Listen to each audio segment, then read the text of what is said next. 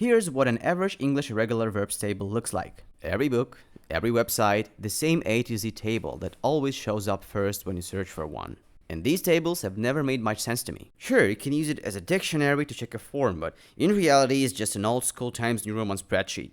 Like, guys, 2025. Can't our screens show better visuals than just an Excel table? Why do learners still see them presented this way? Well, never mind, I've already made my own version. Instead of a standard A to Z list, I group the verbs by how their forms actually change. It's still surprising that pattern-based tables are almost impossible to find. So if you've ever seen one, let me know in the comments. Now let's jump to irregularverbs.online. The .com domain costs 18k, so we work with what we have. The structure here speaks for itself. There are three main groups: yellow for two matching forms, blue for all different, and white for the verbs that stay the same. Then there are the subgroups shown as rectangular boxes. They're all arranged from the largest pattern groups to the single verbs with unique forms. That makes it extremely easy to see how forms relate to each other.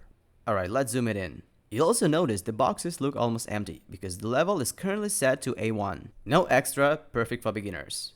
Okay, let's set it a bit higher. B1 for example.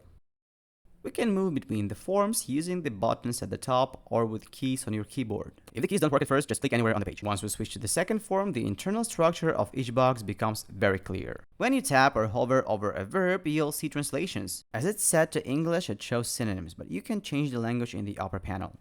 Now it has just one general version of translation, and I don't like that, so I'm currently working on full verb cards that cover as many useful details as possible. Also, more features are on the way. I'll talk about them in future videos. And one more important thing.